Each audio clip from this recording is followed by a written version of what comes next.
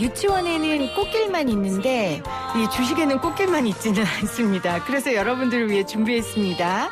주린이들을 위한 유치원 생생유치원입니다. 오늘 장우석 키움증권 US스탁 본부장 나오셨어요. 어서 오세요. 네, 안녕하십니까. 장우성입니다. 어떻게 꽃길만 있는 거 아니죠, 주식? 네, 꽃길만 있진 않습니다. 많은 분들이 꽃길을 바라는데 가시길도 있고요. 네. 그러니까 이제 어떻게 걸어가느냐가 문제이기 때문에 꽃길만 걸어가긴 쉽지 않다. 꽃길만 걸을 수는 없다. 말씀을 좀 드려보겠습니다. 그럼 꽃길만 걸을 수 있는 게 뭐가 있겠어요? 이 유치원도 사실 걔네들한테 물어보면 꽃길만 펼쳐져 있지 않는데요, 뭐. 뭐 인생 자체가 그럼요. 맞습니다. 예, 맞습니다. 예. 아니, 제가 왜 이 이야기 여쭤보냐면 요즘 주식시장 보면은 와 이거 웬만한 간 큰 사람 아니면 못 버티겠다. 특히 미국 주식. 예, 맞습니다. 그 얘기는 실제 제가 처음 미국 주식 할 때 국내 주식 하시는 분들이 그런 말씀 하셨어요. 너 진짜 강 크다. 어떻게 달러 주식을 할 수 있느냐? 내지는 네가 한국 개월 그렇게 많이 하냐? 이렇게 말씀하셨는데 실제 그건 이제 제가 보기에는 강 큰 사람보다는 오히려 간이 작은 분들이 분산 투자 때문에 더 하셔야 될 것 같고요. 오히려. 예, 그렇지만 제가 조금 염려가 되는 건 최근에 어떤 좀 대한민국에 흘러가는 흐름들이 약간 강 크다고 할 수 있는 그런 부분이 있어서고요. 제가 좀 말씀을 드릴 건데 지금 이제 가장 그 외국인 투자자분들이 저한테 많이 물어보신 질문이 있어요. 도대체 왜 대한민국에서 8조 원을 갖고 있는 게 테슬라냐. 아하. 테슬라를 8조를 갖고 있거든요, 한국에서. 그러니까 뭘 알고 있다고 그렇게 갖고 있냐 하는 질문이 있고요. 그 다음에 최근 한 달 동안에 많이 매수한 종목이 샤오펑, 니오 같은 거, 중국의 전기차죠. 그 다음에 보게 되면 뭐 5위의 모더나 같은 백신 관련 기업들, 그 다음에 6위에는 펠란티아 같은 신규 상장 종목들, 그런 관심이 크고요. 그 다음에 9위에는 니콜라가 뽑힐 정도로 또 스펙에 관심이 있고요. 그러다 보니까 제가 보기에 스펙이라든지 아니면 이렇게 신규 상장 종목 혹은 뭐 우리가 알고 있는 뭐 이런 막 상장한 종목들에 관심을 갖는 이유는 조금 그래도 용기가 있는 분이 하는 게 그렇죠. 아닌가 싶어서 그건 강큰 분이 하는 게 맞다고 생각합니다. 그러니까 두 가지 질문을 많이 받으신다고 하셨어요. 하나는 도대체 테슬라를 향한 사랑의 근거가 뭐냐. 그걸 이제 많이 여쭤본다는 거고 그만큼 테슬라에 엄청난 돈이 많이 몰렸다는 거고요. 또 하나는 예. 전기차, 바이오 이런 것들이 사실 안정적인 오랜 시간 증명된 회사들은 아니고 지금 막 올라오는 회사들이잖아요. 네, 그렇습니다. 그 얘기는 뒤집어 말하면 위험도는 크지만 뭐 얻을 수 있는 판도 클 수 있고 그러나 위험한 왜 이렇게 투자를 하냐 강큰 투자자들이 왜 이렇게 많냐에 대한 질문을 많이 받는다고 예. 하셨어요. 제가 보기에 일단은 일론 머스크에 대한 팬심은 그 환산이 안 되겠죠. 그게 네네. 일부 있다고 좀 보고 있고요. 늘 아시겠지만 S&P 500에 편입에 대한 기대감 오늘 날짜로 편입이 됩니다. 편입이 되면 일단 약 75조 원 정도의 주식을 매수할 수 있는 효과가 만들어지고요. 그다음에 아시겠지만 테슬라에 대한 자율주행차가 완성이 되면은 이게 보험이 자체 보험을 만들어야 되거든요. 그걸 어떻게 보험회사에서 인수할까요? 안 되잖아요. 사람이 운전하는 게 아니기 때문에. 그럼 이제 보험 사업에 대한 수익도 올라온다고 좀 보고 있고요. 또 다른 시장이 생길 예, 그렇죠. 수 있다는 거죠. 그다음에 아시겠지만 자율주행이 되면 라이드 헤일링이라고 해서 내가 차를 딱 세워놓으면 알아서 그 차가 돈을 버는 거예요. 공유 서비스를 하면서. 그런 서비스도 있고 또 한 가지는 또 아시겠지만 우주 탐사, 스페이스 X까지 물려 있잖아요. 그러다 보니까 우리 젊은 친구들이 상당히 좋아하는 기업이고 끊임없이 변모한다는 그런 차원들 때문에 많이 매수하는 게 아닌가 생각이 듭니다. 그러니까 친환경차는 시대적 흐름, 거기에다가 파생되는 다양한 산업, 네. 그리고 그 대표를 향한 팬심까지 몰려서. 예. 그런데 그렇지만 상당히 또 반대하는 분들이 많아요. 뭐 공매도 세력인 짐차노스라든지 여전히 JP모건 체이스는 반대하고 있는 그런 모습인데 그러다 보니까 과거의 유통 주식의 35%가 공매도였습니다. 현재 6%예요. 네네. 다 이제 많은 손해를 보고 떠난 거죠. 그러다 보니까 주식이 약간 출렁임이 심하다라고 좀 보시면 좋을 것 같아요. 그러면 예, 테슬라는 효자입니까? 악동입니까? 저는 효자라고 봅니다. 왜냐하면 주식이라는 게 반드시 밸류로 계산해서 딱딱 떨어지는 게 아니거든요. 근데 이제 사실은 그거에 대한 그런 것보다 미국 주식 전체 판에 대해서 스타로 만들었냐 라는 보는 건데 제가 보기에 지금까지 보지 못한 스타 주식이 테슬라기 때문에 저는 고마워하고 있고요. 제가 이제 이렇게 유명해진 것도 테슬라 투자자분이 워낙 많아지다 보니까 맞아요. 유명해진 거기 때문에 저는 일단은 뭐 정답이 없지만 테슬라의 어떤 관심은 좋은 의미로 좀 받아들이고 있습니다. 좋은 의미로.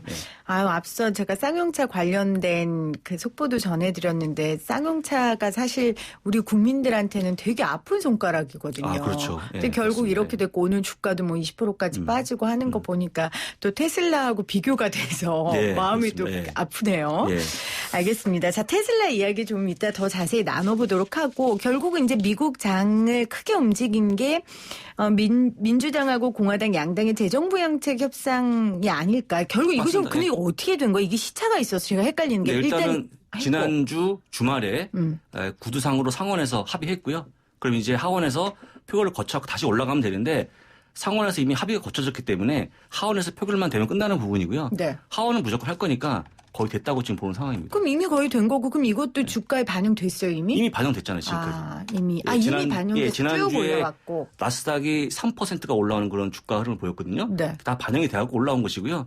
실제 오히려 저는 개인적으로 추가 부양책이 완료가 되면 차익 매물이 좀 나오지 않을까 싶어서 호재가 노출되는 거니까 재정부양책은 너무나 당연한 건데 그동안 의회에서 의원들이 약간 좀 딴청을 피면서 안 하는 거죠. 그래서 저는 개인적으로 이거는 호재라기보다는 너무나 당연한 건데 약간 좀 지연된 게 오히려 문제라고 좀 생각하고 있습니다. 사실은 바이든이 됐어도 이건 될 거였고. 그렇죠. 네. 바이든 상관없이 추가 부양책, 그다음에 백신에 대한 어떤 그런 문제점을 해결할 수 있는 방안들 이런 것도 무조건 해야 되는 거니까. 흐름은 당연 수준이었는데 이제 대선이라는 것도 있었고 여러 가지 정치적 이유로 맞습니다. 여기까지 지연하고 온 게 오히려 주식시장에는 더 마이너스였다. 그렇습니다. 그리고 일단은 추가 부양책이 이번에 끝날지 내년에 또 한 번 할지 모르겠지만 제가 보기에는 지속적으로 왜냐하면 원래 민주당이 제안한 거는 2조 달러였거든요. 반밖에 안 되잖아요. 그러다 보니까 한 번 더 나오지 않을까 싶어서 제가 보기에 시장이 어려울 때마다 추가 부양책에 대한 어떤 그런 꿈과 희망을 가져가면서 주가가 그렇게 심하게 내려가지 않을 거라고 좀 보고 있습니다. 심하게 내려가진 않고 아까 전에 근데 차익 실현을 하는 사람이 있을 거라고 하셨잖아요. 맞습니다. 그럼 주가가 이미 반영된 거니까 어느 정도는 빠지고 다시 오를 수 있다는 빠진다고 말씀이신 보고 거죠? 있는데 월가의 보통 평균은 약 5%, 10%는 빠지고 가야 될 거 아닌가라는 생각을 하고 있습니다. 역시 스케일이 우리랑은 다르군요. 뭐 많이 빠지는 건가요?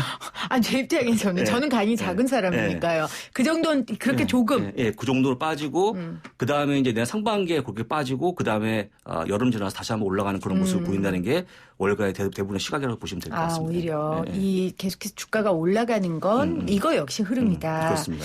라고 말씀하셨습니다. 사실은 우리 증시도 그렇고 미국 증시도 그렇고 이 백신 관련주들의 롤러코스터가 정말 뭐 멀미가 날 정도로. 그렇죠. 백신 관련주가 문제인데 개인적으로 이렇게 물어볼게요. 여러분들한테. 그 모더나 있지 않습니까? 네. 모더나에 대한 주가 흐름을 예측을 하신 분이 누가 있겠습니까? 근데 올해 모더나가 10배 올라왔거든요. 근데 지금 이제 어떻게 되는지 많이 물어보시는데 그 모더나가 여러분들 두 가지만 체크해 보시면 좋을 것 같은데 모더나가 효능이 어느 정도까지 나올지 화이자보다 좋을지 아스트라제네카보다 좋을지 존슨앤존슨을 뛰어넘을지 그거 한번 파악하시면 좋을 것 같고 또 한 가지는 지금 나오고 있는 그 기계약분이 180억 달러거든요. 130억 달러거든요. 그게 10배가 커진 거예요. 네. 근데 만약에 이 백신 횟수가 2번 맞을지 뭐 4번을 맞을지 아무도 모르잖아요. 그러면 또 매년 맞을지 그럼 매출이 더 커지겠죠. 그러니까 결론적으로 백신이 나오고 나서 평가를 받아보고 그때 판단하셔야 되는데 아까 말씀하신 워낙 업앤다운이 심하다 보니까 막 던지시는 거예요. 무서워서. 근데 제가 보기에 만약에 주가가 무서워 던졌다고 그러면 그거는 약간 투기라고 좀 보고 있고요. 네. 오히려 제가 보기에 제대로 된 투자라고 그러면 아까 말씀드린 효능하고 횟수를 파악하시고 그게 얼마나 실적으로 이어지는지를 파악하시는 게 정답이라고 보고 있습니다. 그러니까 지금 기준을 사실 두 개를 제시해 준 거세요. 하나는 백신의 효능, 그리고 하나는 백신 횟수 대비 계약분이 어느 정도인지를 보라는 맞습니다. 건데 맞습니다. 효능을 사실 일반 소비자 우리 같은 투자자들이 전문가도 아니고 노출될 수 있는 정보는 언론이 뻔하고요. 정확하게 알 수는 없잖아요. 효능이라는 건 아시겠지만 지금 화이자가 맞아가면서 약간의 부작용이 생기고 있거든요. 네. 마찬가지로 모더나도 이제 그 정도겠죠. 얼마나 맞아서 얼마나 부작용이 생기는지 그다음에 한 번 맞으면 될지 2번 맞으면 될지 이런 부분들. 그다음에 맞은 다음에 얼마나 효과가 있는지에 대한 퍼센티지가 나올 거 아닙니까? 네. 그러면 그걸 파악해서 일단은 더 올라갈 수 있는지 아니면 팔아야 될지를 판단하시면 되는 거지.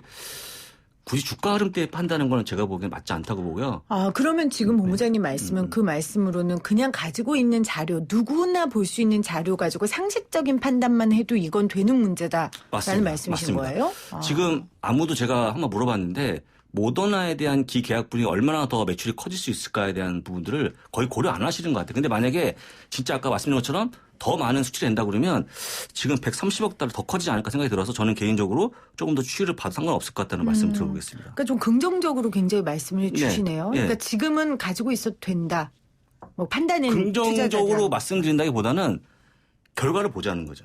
아직 결과도 나오지 않았는데. 결과도 나오지 않았는데 그냥 주가 움직일 때 판단하는 거는 앞으로 제가 보기에는 진짜 투기적인 거래의 하나의 일종일 뿐이지 저는 도움이 안 된다고 좀 보고 있습니다. 그러면 요즘 뭐 미국 백신 관련도 굉장히 잘 되지만 미국 주식 전문이시긴 하시지만 한국도 이 바이오가 난리잖아요. 난리죠. 한국 바이오 주식도 지금 말씀하신 그런 기준으로만 봐도 됩니까? 근데 한국 바이오 기업들은 일단은 미국 바이오 기업들은 작다고 해도 일정적인 사이즈가 있거든요. 어허. 한국 바이오 기업들은 너무 사이즈가 작고요. 또 한 가지는 미국은 모더나에 대해서 평가를 내리는 거죠. 이번에 얼마나 팔릴 것 같아? 해서 그 기업에 대한 매수 의견, 뭐 중립을 내는데 제가 보기에 지금 한국 바이오 기업에 대한 의견들이 거의 없다고 보거든요. 전문가분들의 의견들이 별로 없어요. 그러니까 제가 보기에 투자자들이 어떻게 하나의 가이드가 될 만한 게 없기 때문에 제가 보기에 상당히 조금 위험한 게 아닌가라는 생각이 듭니다. 그건. 예. 알겠습니다. 저 거듭 말씀드리지만 판단은 개인 투자자의 몫임을 다시 한번 저도 또 본부장님도 강조해 드립니다. 그러면 바이오 백신 말고 좀 요즘 우리 본부장님이 유심히 보는 새로운 업종이 있으세요? 지난번에 제가 한번 언급을 한 것 같은데 대한민국에서 제일 싫어하는 종목이 있거든요. 업종. 뭐예요? 바로 금융주입니다. 은행주, 금융주. 아. 그거는 탑 50 종목에 들어있지 않은 아무도 보유하고 있지 않은 그런 종목인데요. 지난주 금요일 날 장이 끝나고 나서 JP모건 체이스에 대해서 자사주 매입을 승인했어요. 왜냐하면 지금 은행이 너무 부실해질 수 있기 때문에 자사주 매입하지 마라. 배당하지 말라고 했거든요. 연준이. 근데 일단 자사주 매입을 허용하는 그런 모습 보였거든요. 그러다 보니까 이제 주가 급등하는 그런 모습 보였는데 제가 보기에는 대표적인 경기 민감주기도 하고 또 가치주기도 하기 때문에 배당도 받아가면서 투자할 수 있는 거는 금융주가 최고다라고 말씀드리겠고요. 그건 이제 올해는 좀 그렇지만 내년도에는 확실히 핫한 업종으로 좀 제가 불릴 거로 예상을 하고 있습니다. 그러니까 금융주는 경기 민감주기 때문에 내년에 이제 코로나가 우리는 나아질 거라고 생각하니까 그렇습니다. 경기가 부양되고 네, 그렇습니다. 하다 보면 당연히 이 금융주 관련된 게 잘 될 그렇습니다. 것이다. 예, 그렇습니다. 예. 지금은 오히려 저평가됐고요. 지금 S&P 500이 평균 PER이 22배 나오거든요. 근데 은행이 10배, 13배 나와요. 반밖에 안 됩니다. 네. 근데 이제 안 사시죠. 왜냐하면 주가가 재미없을 것 같아서. 근데 제가 보기에는 주가가 재미없다는 거는 반대로 얘기하면 내년도에 만약에 시장이 좀 어려워지면 그 종목이 올라갈 가능성이 크다고 얘기하는 거거든요. 그래서 한번 관심을 가져보고 한 주라도 사보자는 말씀을 드려보겠습니다. 알겠습니다. 자, 그런 말 있잖아요. 산타클로스 랠리? 산타 랠리죠. 산타 네, 랠리? 산타 랠리. 산타 랠리? 이게 어떤 뭐예요? 산타 랠리라고 하는 거는 산타 랠리 12월 25일부터 연말 그다음에 1월까지 그 시장을 봤더니 보통 100년 동안의 흐름이 가장 강세였다는 거예요. 겨울에. 그러다 보니까 이름을 붙인 거죠. 산타 랠리로. 근데 이제 2018년에는 블랙 크리스마스였고요. 워낙 안 좋았기 때문에. 근데 올해는 되게 좋을 걸로 보고 있는데 산타 랠리는 이미 진행 중입니다. 지금 현재. 그러니까 이미 진행 중에 있다고 보시면 될 것 같고요. 네. 제가 뭐 이 흐름 들어간다 그러면 연말 랠리 플러스 1월까지 상승세가 이어지지 않을까 생각이 하고 있습니다. 뭐 우리도 연말에는 좀 소비하고 네. 뭐 그렇게 좀 풀어지고 사람의 맞습니다. 심리가 맞습니다. 그러다 보니까 경기도 따라가는 건데 코로나 상황인데도 그렇습니까? 코로나 상황은 이미 아시겠지만 다 반영이 다 될 만큼 반영이 돼 있고 또 한 가지 오히려 백신에 대한 기대가 커지기 상황이기 때문에 지금은? 제가 보기에 코로나 때문에 빠진다기보다는 너무 많이 올라온 거에 대한 고점 논란? 오히려 예, 오히려 그게 아마 문제가 될 것 같고요. 코로나는 더 이상 발목을 잡는 악취는 아니라고 좀 보고 있습니다. 이제는 예, 이제는.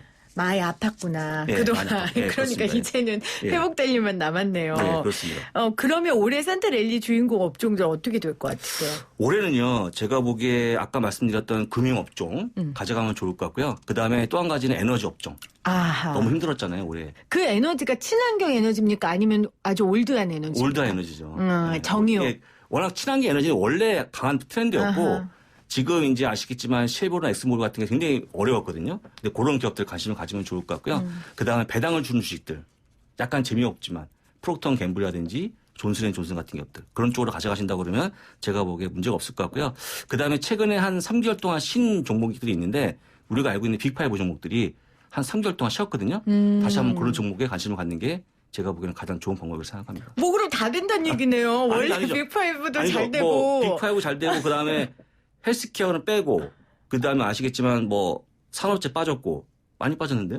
네. 아니 저는 이런 생각이 들어요. 가끔 우리 사람은 한번 실패하면 네. 올라오기가 되게 힘들잖아요. 그리고 기회도 잘 안 주고 사람들이. 근데 네. 주식은 보면요. 네. 실패해도 물론 건강한 회사들이겠지만 실패해도 좀 사람들이 집중하지 않으면 그다음에 또 기회가 오고 오히려 실패한 회사 실패라기보다 주가가 떨어지는 회사에 관심을 가지면 좀 이익도 보고 이런 거 보니까 좀 되게 저는 좋더라고요. 그런 면에서. 근데 지금 말씀드린 에너지하고 금융하고 이런 네. 종목들이 대부분 다 실적을 기반으로 해서 올라오는 거예요. 당연히 기본기와 당연히 기본기가 그건 있고 뭐 그다음에 당연한 거죠. 네. 올해 힘들었지만 내년에 좋아질 만한 기업이니까 기억하시면 좋을 것 같고요. 실적이 없이 올라온 종목은 없다라고 보시면 좋을 것 같아요. 그럼요. 미국은요. 맞습니다. 네. 에너지주, 금융주 그리고 작년에 오히려 올해 너무 많이 뜬 네. 종목들보다는 좀 기본기는 튼튼하지만 맞습니다. 외면받았던 맞습니다. 그런 종목들을 보면 좋겠다라고 말씀해 주셨습니다.